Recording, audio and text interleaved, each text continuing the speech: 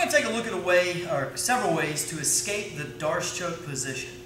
I've heard the argument back and forth that there is no escape from the Darce Choke, and while that's true, like any submission, once you're in it, it is designed to submit you. You can tap out or you can pass out.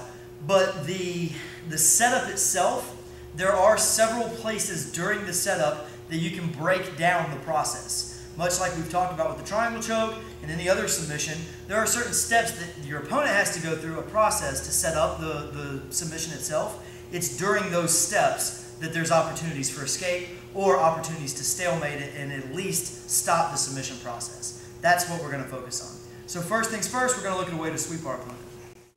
So I'm in the side control position and I've weaved my arm. I'm going to try to set up, but my opponent is going to go for the Darce Choke. And just so everybody's on the same page, I'm going to let my opponent actually go through and set up this Darce where I would have to tap. Alright, that's what we're trying to avoid. Now, we're going to show this from a couple angles, so don't worry about it if you can't see it from here. But basically, this arm right here that's reaching, this is the arm that I want to focus on.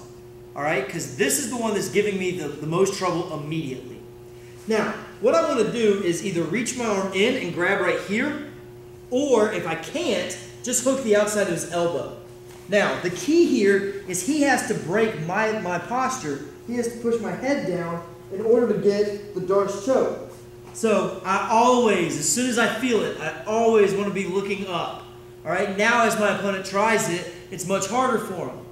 Now, when he does that, I've got this hook on the outside. I want to start walking my hips toward him. I do not want him to be at a 90-degree angle or more away from me. I want to be beside him. Okay? Now, I'm going to post like Plan B sweep from half guard. I'm going to post and keep extending until I walk all the way under my opponent and come up. Alright? So one motion, a little more fluid, it looks like this. So all in one motion, we're here. I create space. My opponent goes for the Darce. I hook, I go to the outside, and I lift my opponent. Coming up. We're here, we've set up this Darce, or we've set up the escape, my opponent sets up the Darce. This is the angle that I want, hooking, or grabbing if you can.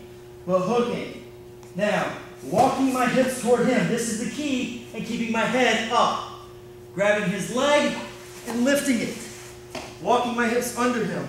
Without my partner, when I rotate, I want to get as close to him as I can and then walk under him and put him down on the other side of me. All right.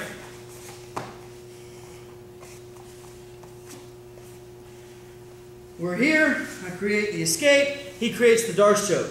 Hooking the outside of his leg, posting here, either over or under, doesn't really matter. Walking my hips toward him. Now watch, as my hips are here, I'm going to go flat and then shrimp under him.